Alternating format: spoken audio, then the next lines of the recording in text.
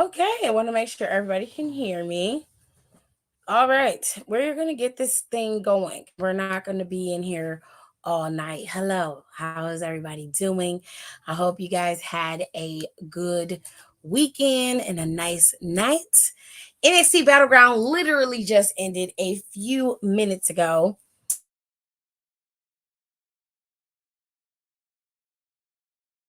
Still give them credit that they put on a immaculate show with some twists and turns that even I didn't predict. So shout out to Shawn Michaels and everybody over in NXT for pretty much swerving us all in various ways, and we'll get to that in just a second. Okay, it was a good show though. I really say that I actually enjoyed the show. I enjoyed everything about it. It was fun. It was some interesting choices in terms of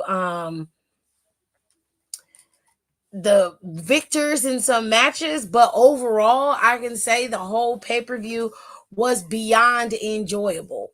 It was just so good and so much fun to watch. All right, but let's get into it. We're about to get into the show. NXT Battleground started at 8. They did have a pre-show, which they always do. They had Megan and Randall from Recess on there. And they was doing a 1-2 Diddy, and everybody was living their best life, I guess you could say. But for the most part, the pre-show was all right. Everything was cool. But let me go on here in these comments and make sure we can see everybody in here. Jonelle is here. Tay, Kayla, Tirza, Hiram, hello. Sasha, hello. Trying to give everybody a little bit more time to come in. Hello, Donnie. One of my members, Layla, is here. Hello, Layla. Layla, be on the lookout because videos about to pop up where you probably gonna be the only one to have access to it, and it's gonna be me doing a review of Becky's first 5 chapters of her book, and we're gonna keep going. So keep on the lookout for it, babes. Hello, Tariq. Hello, Aaliyah. Hello to everybody coming in. I only got 2 picks right too, Don. Tirsa said, I don't watch XT nearly enough to even know what's going to know at all who the majority of the wrestlers are or their storylines, but I really enjoyed tonight's PLE. And that's fair. Some people, Tuesdays sometimes can be a very odd day for some people. Some people work, which I know Tirsa works on Tuesday, so sometimes she can't get home fast enough to get into NXT, which is where usually I come in so I can catch her up to what's happening in NXT. I will say that they swerved us for the better part of the pay-per-view. We all got swerved, okay? Ooh, child. But let's start off with the girls, okay? I am over on Down for the Counts YouTube as well as on my personal, and I am streaming over in Twitter at the moment. So if you guys are in any of those places, thank you so much. Okay, Down for the Count has to have some content going. I'm also going to put this particular review of NXT Battleground on our Spotify, just in case those who listen to us on the podcast don't have the review YouTube or anything like that. They'll be able to get everything there. So let's dive into the show. All right. First things first was the 6-woman ladder match for the NXT Women's North American Championship. This was the inaugural match, meaning whoever won, they would be the first, which is a rarity in WWE to be the first of anything. You would be the first NXT North American Women's Champion. Okay. So this was a big deal. And the 6 women that were chosen through a combine, and then they had to qualify. After they qualified, these were the 6 who qualified for the match, and they did not disappoint. WWE has a formula and they stick to it for every single pay-per-view. The women are the ones who set the tone, the men are the ones who close it, but the women are the ones who gives you all the rush and the feel and all the intrigue and the hype to keep you intrigued in the show. And it's a very important role, especially when you're talking about a show opener. And they started off with a big one. This was for the North American Championship for the women. And I have to say that each one of these girls did exceptionally well. For majority of this match to be overwhelmingly minority women in the match, they all were very successful in what they were trying to do, but there was only one victor in this match. And y'all ain't gonna believe that it was Kaylani Jordan who ended up becoming your inaugural women's North American champion. She is the first to hold the women's mid card championship in NXT.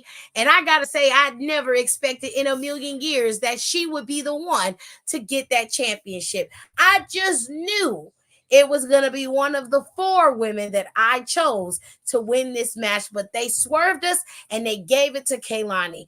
And this was it was a fair fight.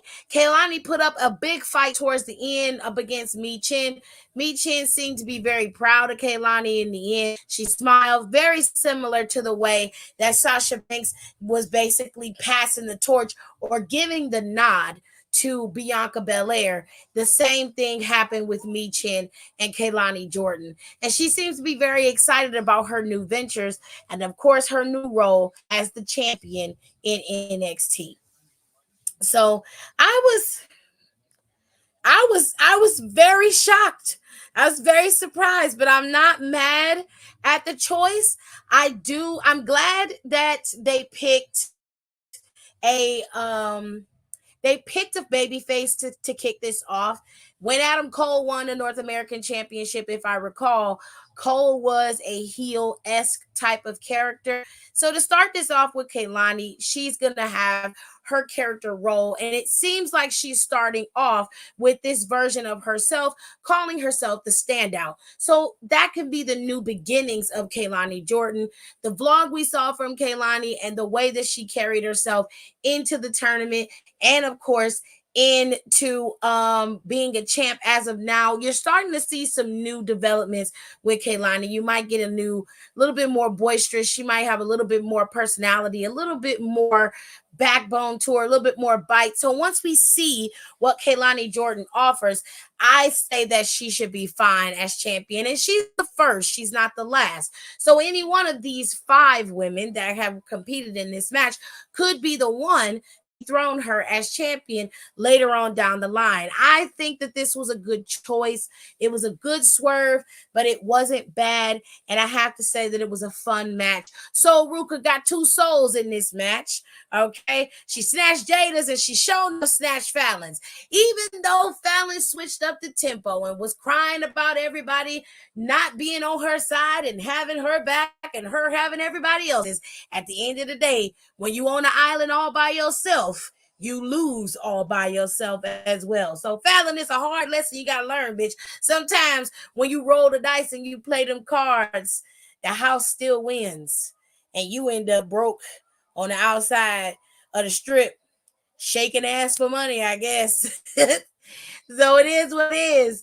So Ruka pulled out a beautiful performance. Jada Parker was a very good performer in this match. I loved it. And everybody went after Lash Legend because Lash was the biggest threat in this match. Height, weight, and performance all together. She was a problem, and they had to make sure they got rid of her. But baby, everybody pulled out the stops when it came to their gear as well. And I was so proud of Mia Yim. I said, Mia. Mia had her all black and gold gear on and she looked good. She looked fine. Okay. She looked great. I said, that's what I'm talking about. Titty window and all. Okay. We loved it. We did. Lash came out there looking like the queen of all queens. Okay. Kaylani's gear was cute. It was cute. I liked it. It was given. Kaylani's gear was given My Hero Academia All Might vibes. It looked like that. At least that's where my brain went. I liked Soul Ruka's gear. I thought it was different, but it was very soul. It's the best way to explain it. And I love Fallon's gear.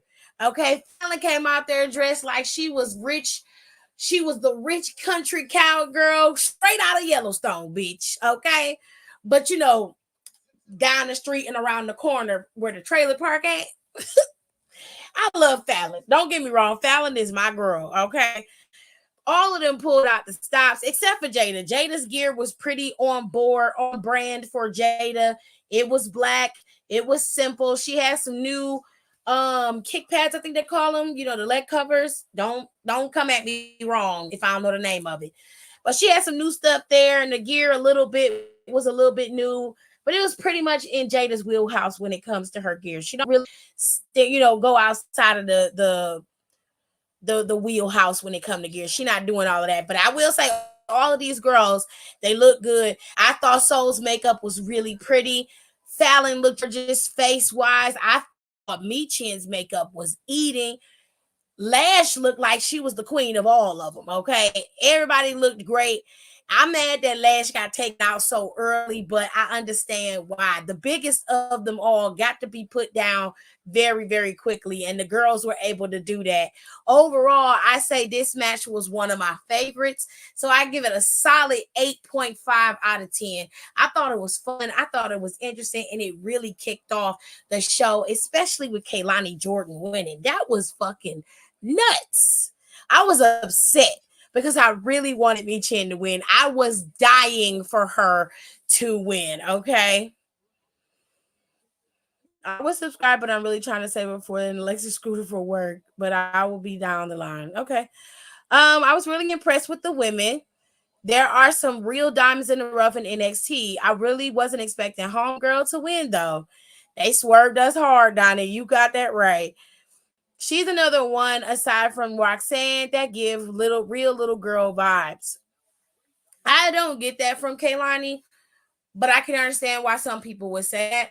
In my opinion, I feel like Kaylani's just a severe baby face. With her being such a baby face, a lot of people don't resonate with her because she's very nice. They pretty much put her in a goody two shoes box. I liked Kaylani. I thought ring wise and match wise that she's very solid. There's very few people who were able to come straight out of the breakout tournament and out of the next in line program and be as set as Kaylani was. And she is. The only thing Kaylani lacked is personality. So where Tiffany probably got all of the glory because of her personality, which is typical personality. Kaylani was light years ahead of her in terms of her ring work and how she was presented. Tiffany had to work her way up to that. Kaylani didn't. It was kind of natural for Kaylani to get in the ring. She was solid. There was very few times she messed up or had a piss poor match in the ring. Kaylani's only problem is that she has to develop a persona or a character. Once that happens, I think that she'll be perfectly fine. Whether it be heel or face, she'll be fine. Kaylani was literally your last choice. She was not even a choice. She was not somebody I was picking to be champion at any given time, especially not right now. I didn't think they were going to pull the trigger on her. She needs to revamp her look. I don't think she needs to change her look. I like her look. I think that she looks fine. It's just she has to, she's got to draw from something. And wherever she draws from, that's on her. But I think she looks great. Maybe change up her makeup a little bit, but other than that, she looked fine. I thought her makeup today was awesome, and I thought she looked beautiful. I was fine on whoever won this match. Okay, cool. And may I say, they all looked good running tonight. They definitely did look good tonight. Every one of them. Fallon looked trailer park rich. Did. She did. She did. No uniboob. No, she had what Chelsea usually wears, which is like a titty window type of gear, where it's kind of like a peekaboo moment in the middle. It didn't look bad. It looked good on her, and that was all I asked, is that she fixed that. That her uniboob gear is annoying. That was dragging Carmella on Twitter for hyping up Fallon's gear. Why was they dragging her? Fallon's gear was it. I loved her gear. I like that coat. That coat was everything. Okay. I loved it. And when she took her coat off, I was like, bitch, you better serve. That gear was cute. Now, the other gear Fallon got that's in the game, I hate because it always make it look like you got a sack of shit hanging in front of you in your crotch area on whatever car you have. It don't matter how small you are, how big you are. It don't matter. Fallon's gear looks weird in the game. I don't know what it is, but they got her torso and crotch long as hell. I hate it. But her gear at NXT Battleground, it was gorgeous. I loved it. And it was Fallon. Fallon is all about the country and farming and all that shit. It looked like something she would wear and it looked good on her. And I had no issues with that. Uh-oh. What's wrong? Dallas down 2-0.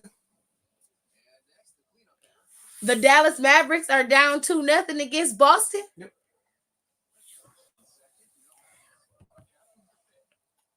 I'm sure Dad's proud.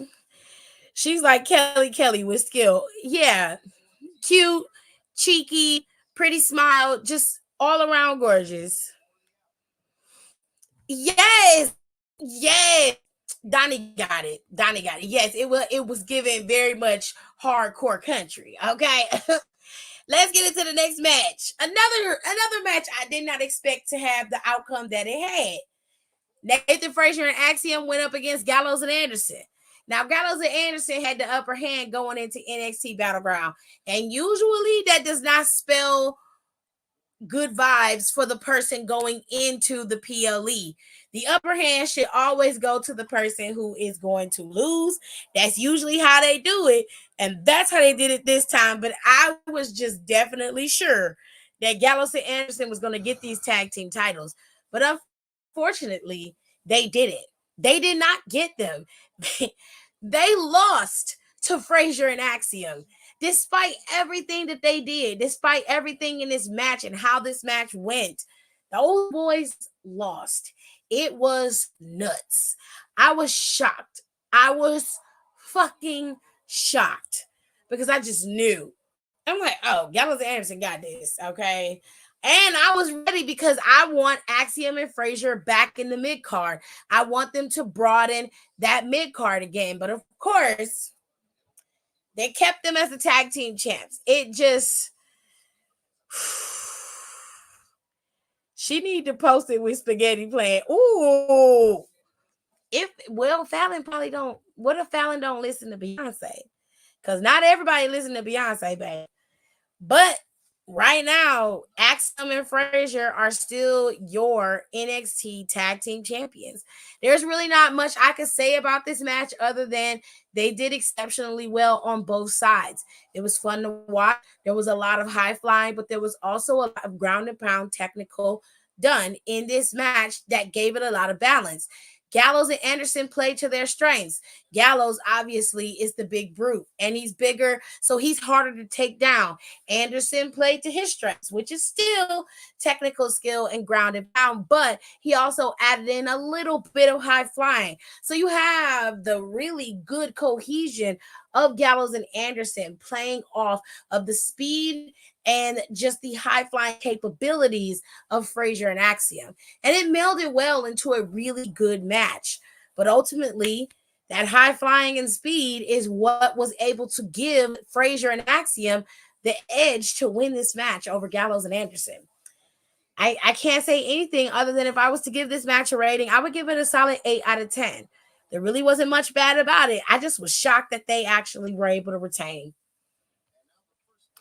Don know he ain't shit. Look what he said. I said that Fallon probably might not listen to Beyonce. I don't know if she do or not. I'm just saying she might not. And this nigga said that's why she lost tonight. Now see, you petty. You didn't have to say that hateful shit. That was just hateful. Okay. Let's go. Let's go to this match.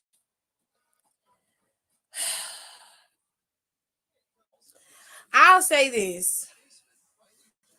I've never said that Levice is not a decent striker, or particularly in her sport of UFC or MMA fighting, period.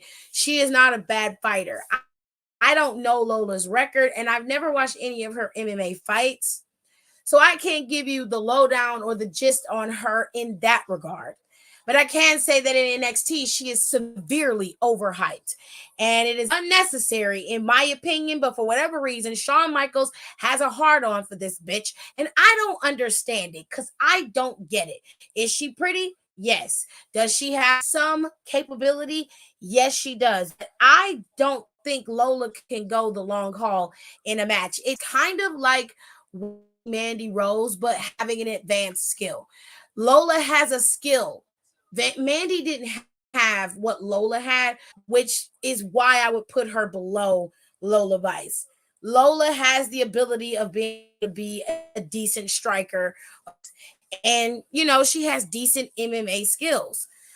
However, when it comes to her wrestling and the full entertainment of it, she's not an entertaining person to watch. I don't understand people's obsession with her. I get very confused as to why people are so enamored with her. I mean, she's a beautiful woman. She has a nice body. That's fine. But that's not something that I look for when it comes to wrestling when I'm watching it. Is she decent in the ring?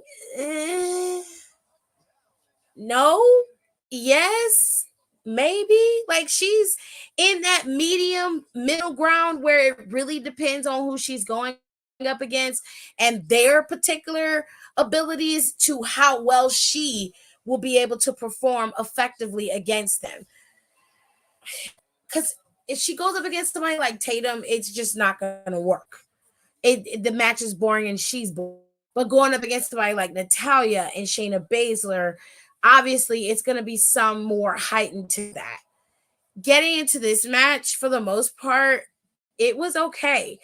It wasn't a bad matchup. Where the match turned and Shayna ended up suffering this loss is when she basically was trying to knee Lola's head into the announcer's table, and she ended up hitting her knee and really hard. And Lola zeroed in on her knee.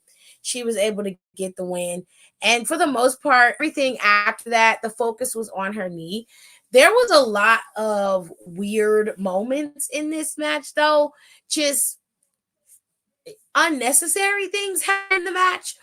Towards the end, Shayna got the upper hand again, and they were on the outside. She ends up attacking all of the people surrounding the match for whatever reason. I was just like, it just seemed like it was out of nowhere. Like, I could understand if they were like grabbing her or they were in her way, but it just seemed like it was odd. And I was like, what is happening?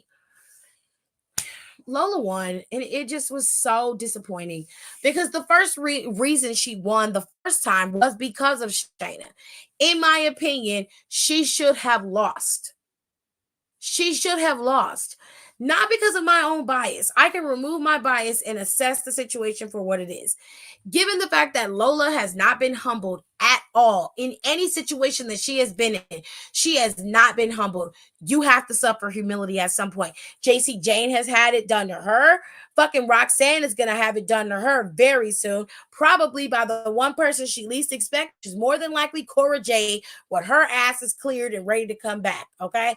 But everybody gets their comeuppance. Carmelo Hayes got his. He got humbled more than twice by his own homeboy, Trick Williams. Her ass has yet to get humbled. And I'm sorry, but she's not worth the time or the effort that's being put into her. I don't understand why we're stuck in this constant, constant wheel of bullshit when it comes to Lola Vice, especially with Shayna Baszler. You got one of the most decorated NXT champions, not women's champions, but NXT champions, period. One of the most dangerous women in all of sports. All right. And she is suffering to the hip shaking, I'm hot Latina heat. What? Girl, no. I'm sorry, Shawn Michaels, but you and that eye fucked up today. Your bald headed ass made a mistake. Fix it. I don't care what you got to do. Fix it. Because this bitch is not worth it. I don't care what you say. Y'all can be in the comments in y'all feelings. I don't give a damn. She wasn't worth the time or the effort. The match was a 5 out of 10 in my opinion, not just because of the actual ending of the match, but just the quality of it. There was a lot of parts of this match where there really wasn't a lot of hits happening. There wasn't a lot of back and forth. It just wasn't strong. It started strong. Then the middle of the match was real weak and slow, and it did not hit the way it was should have. And I'm mad about that. And I don't like the way they've been using Shayna Baszler. I don't like it, and you need to fix it. Y'all got 3 fucking shows, and on every show, Shayna Baszler somehow is somebody's subordinate. That don't make no goddamn sense to me. None. Ugh. Least favorite match tonight. I hated it. Okay, it was terrible. Horrible. We're moving on. By this point, I was 0 for 3. Okay, 0 for 3, and I was terrified. Terrified with this match. I was like, oh, they're giving this shit to Joe Coffey. Look at the shit we done got for the last 3 matches. There's no way that fucking bird chest plate man over here was not gonna take this goddamn match, okay? But surprisingly, they decided to let Oba retain his championship and Coffee get the pin, which was the original plan that I thought was going to happen when it came to NXT Battleground, because they're gonna want to continue with Wesley and Oba Femi. But first, Wesley got to get rid of Joe Coffey and get. So, anyways, in this matchup, Joe Coffey utilized Gallus to his greatest advantage. Of course, it's a triple threat match, so the rules are no disqualifications. All right. It ain't no elimination match, so it is what it is. So the boys came out there to help, and they took out Oba Femi. Now, fair, if they hadn't been able to keep Oba Femi down, Wesley probably could have won this and took this match home. But because Oba Femi is what he says he is, the ruler, Oba Femi was able to overpower all of them and take them out. And he came in there slamming everybody. Wesley tried to hit Oba with a meteora, and Oba power slammed his ass to the mat so hard. I was like, I don't know what the fuck they did to your back in terms of surgery, but that shit has been rearranged right now, okay? He fucked Joe Coffey's wide back ass up. There was no coming back from any of that shit. Wesley was laid out. Joe Coffey got pinned, and it was 1-2-3. Match was over. Oba Femi retained in his second triple threat match as the North American champion. And everything he said he was going to do earlier in the night, he did. He said Gallus deserves a little bit of praise for being able to do one thing that nobody else has been able to do, which is take me out. But he said that praise is limited because I'm going to make sure that I destroy each and every one of you. And I'm starting with Joe Coffey. And he did exactly what he said. He retained that championship and he whooped their ass. Definitely did, which I'm cool with that because I love me some Oba Femi. I love me some Oba Femi, okay? He said he pinned him not giving a fuck and did not. Hello, Big Bro Sif. Joe Coffey lost. Amen. Pass the gravy. Okay. Anyways, let's move on to the other match, child. This one I called down to the letter. Didn't I call it, baby? Didn't I call this one down to the letter? Yeah. Down to the letter, baby. Now, this one, I was scared about this one too. Okay. But when I called, the only part I didn't catch was Dana Brooke Ash by Elegance weak ass coming out there. There was no need for her to be there, but I understand the reasoning behind it. Now, Jordan Grace and Roxanne Perez was out there battling. Okay. First of all, let me give y'all the rating for the triple threat match. Triple threat match, I would give a solid 8.5. I thought the triple threat match was fun. Each man got their chance to show off in this match. Oba Femi looked strong. He looked great. Wesley looked like a proper challenger for this title. And even Joe Coffey performed well, okay? All 3 men performed exceptionally well. It was a fun match to watch. The end was a little predictable in terms of Gallus, but for the most part, it was a surprise to see Oba Femi be able to retain. Technically, Oba Femi was in there wrestling 4 other men. So if we're going to be fair, Obafemi is the ruler he claims that he is, okay? 8.5, though, is the rating I will give you. We're going to move back into Jordan Grace and Roxanne Perez. Now, in this match, these two women, Roxanne Perez and Jordan Grace, was fighting so hard. Jordan Grace's earring got ripped out her ear and was stuck in Roxanne Perez's tights. Okay, Jordan Grace was out there bleeding and still fighting. But I tell you one thing, Roxanne might be a lot of things, but a slouch ain't one of them. Because everything that Jordan Grace did, Roxanne had a counter for it. There was no way that Jordan Grace was just going to come in and dominate Roxanne Perez. That's not what happened. In that match, they were equally yoked. Hear me when I say this. They were equally yoked in this match. There was nothing that Jordan could do that would give her the upper hand against Roxanne, and vice versa. They both were battling in each other, and it really just depended on which way the pendulum would swing as to who was going to win. And in this case, it swung in Roxanne's favor, mainly because Tatum Paxley can't control her crazy. Okay? And then Ash by Elegance can't control her crazy either. All right? So we're stuck in a never-ending battle of psychos. Everybody's stealing Jordan Grace's TNA Knockouts Championship.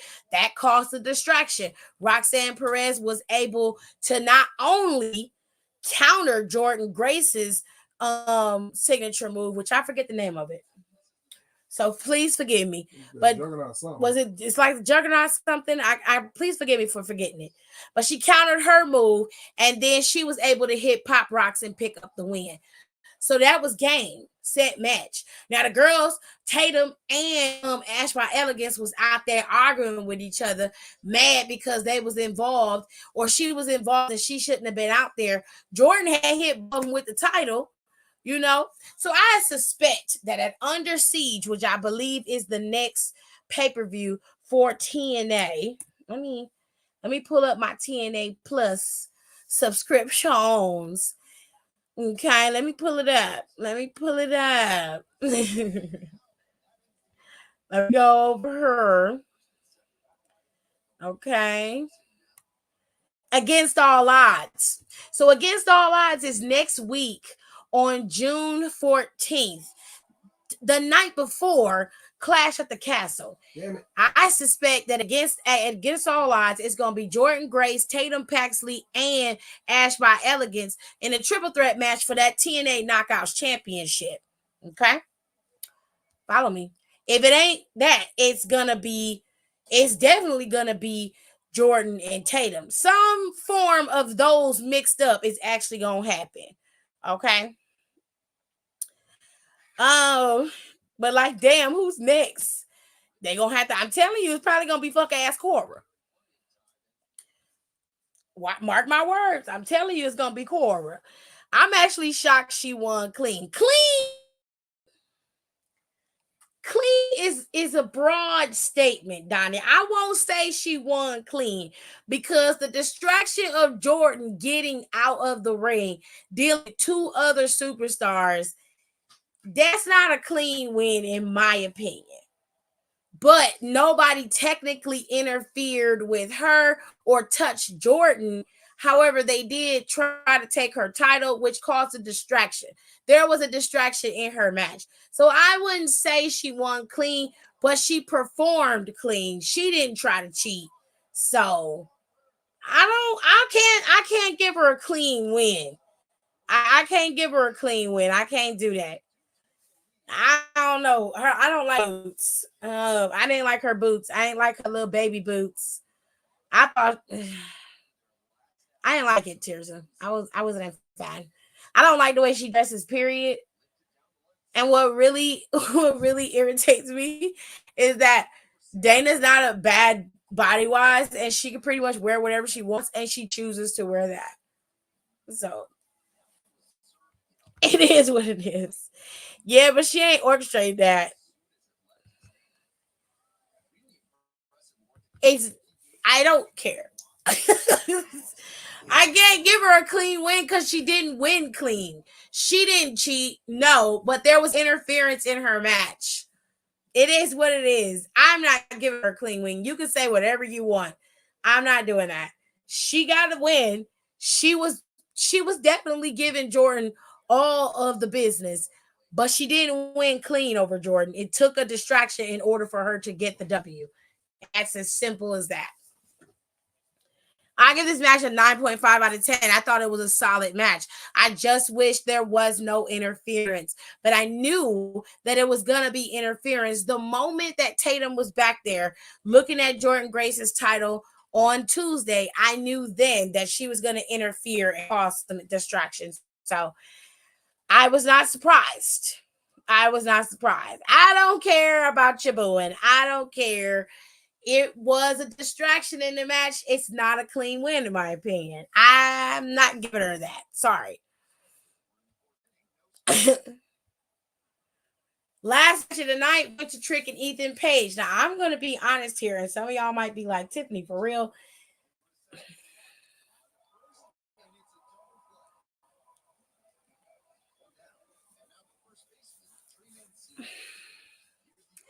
This match wasn't as fun as all the other matches. It wasn't a bad match, but it wasn't a spectacularly great match either. I think the mistake they made was giving Ethan Page his first match at NXT Battleground when you're dealing with an audience who are not formally introduced to Ethan Page. All we got was an attack on Trick Williams in an immediate signage and an immediate title shot. And this was Trick Williams' very first title defense, and he's defended it successfully. I'm not saying the match was bad. The match was not bad. Let me make that very clear. Shut up. The match was not bad. It wasn't a terrible match. It wasn't like, oh my God, why did they do this? It wasn't as fun as the other matches were. Were the stakes high in this match? Yes. Trick Williams risked losing his title to someone who desperately needed it. And Ethan Page's type of desperation is dangerous because he'll do whatever it takes to obtain his goal. So it was scary and it had the stakes. I don't know. It just something about it. The back of this match just blew out. It was just not it wasn't as fun as the other matches. It just wasn't something that I was like glued to my TV set for. That made sense. As the match began, I started to see that Trick Williams was going to win. And I think that's when I mentally checked out. And I have to apologize to Trick Williams for that because Trick Williams did successfully defend his title and he did great. They had good moments in this match. The table stunt was cool. Trick Williams' knee at the end was fucking phenomenal. It was dope. It was like all that jaw jacking and talking you did took you off the mark, and baby, you did it to yourself. Okay. So I loved all of that. I thought that was great. I'm just saying, overall, the match, in my opinion, just didn't give what I wanted it to be. I wanted it to be over the top, just a lot going on. I wanted to be glued to my set, like, oh my God, is he gonna do it? Is he gonna do it? And that I didn't necessarily get that. So it wasn't a bad match. I'll give it a solid 6.8 out of 10. I'll give it that. I thought it was solid in terms of Ethan Page's first match on an NXT pay-per-view. Solid match. I thought he did great for his first match ever. He was in every spot like he was supposed to. His ring awareness is nuts. He knows every piece, every aspect. He moves beautifully in that ring. Him and Trick have great chemistry. I don't know. I just wanted more going on. I wanted more going on. After what we saw with Grace and Perez, like, and then with the women's ladder match, like the women really pulled out all the stops today, and some of the men's matches were just phoned in, and not in the sense of they didn't perform well. It was just, you know. Overall, if I had to do a full assessment of the show and just be like, I need to do a grading. Where are we going? A through F. How great was this show? I'd give it a solid B plus. I thought every match that was on the card was solid. It was above at least a 6. Every match was great, except for Shayna and Lola's match. I hated that match. All the matches were great except theirs. I loved how they set the tone with the girls, and I'm kind of I kind of wish they would have ended the show with Jordan and Roxanne, and I hate that, especially for Trick Williams because I know that he's pulling out all the stops and doing his best. I don't know. But Sexy Red came out there and celebrated with Trick, and I thought that was really cute. She was there celebrating with all the winners. She had Lola Vice twerking with her, which okay. Overall, like I said, I give the show a solid B plus. I thought they did an excellent job with booking the show. I would have made a few minor changes, but I think Shawn Michaels did what he came to do, which was entertain us. Okay. So you guys let me know what you think about NXT Battleground. I didn't mind Shayna's match, Shayna and Lola's match. I just hated that Shayna lost. I didn't like the match. I didn't like it. I didn't like. It's not a bad match technically, but I didn't like it. I'm not gonna lie. And I'm probably super biased when it comes to that, and that's fine. I can hold my own feet to the fire and be held accountable. I didn't like it. I didn't like the match. And like I said, there were some parts of it that just didn't make sense to me. I didn't like it. I did not like it at all. I almost wish they would have put it in the octagon just for the hell of it because it was there, but they didn't. So it is what it is. Ladies and gentlemen, if you have not watched NXT Battleground, you are missing out. It's a very much a treat of a show. It is a throwback to Sunday PLEs. And we don't get those anymore. Those are rarities that we don't get to see. A good Sunday pay-per-view. Okay. So having Battleground on a Sunday, you're eating Sunday dinner, you're sitting down watching the show is very much a good deal. Now, next week, we are going to be bombarded with wrestling again, except for it's going to happen on a Saturday. Saturday, we're going to be talking about Clash at the Castle. And we're going to be talking about Drew McIntyre versus Damian Priest, Chad Gable, a.k.a. Perk Gable, versus Samuel, a.k.a. Sami Zayn. Piper Niven is going up against Bailey, Pammy Pockets. And of course, the tag team champions have gotten themselves in a quite the pickle. It's a triple threat match for the women's tag team championships. And Shayna Baszler and Zoe Starks will challenge along with Alba Fire and Isla Dawn. And they are going to go up against the current champions of Bianca Belair and none other than the Storm, Jade Cargill. All right. So those are the matches that we have to look forward to.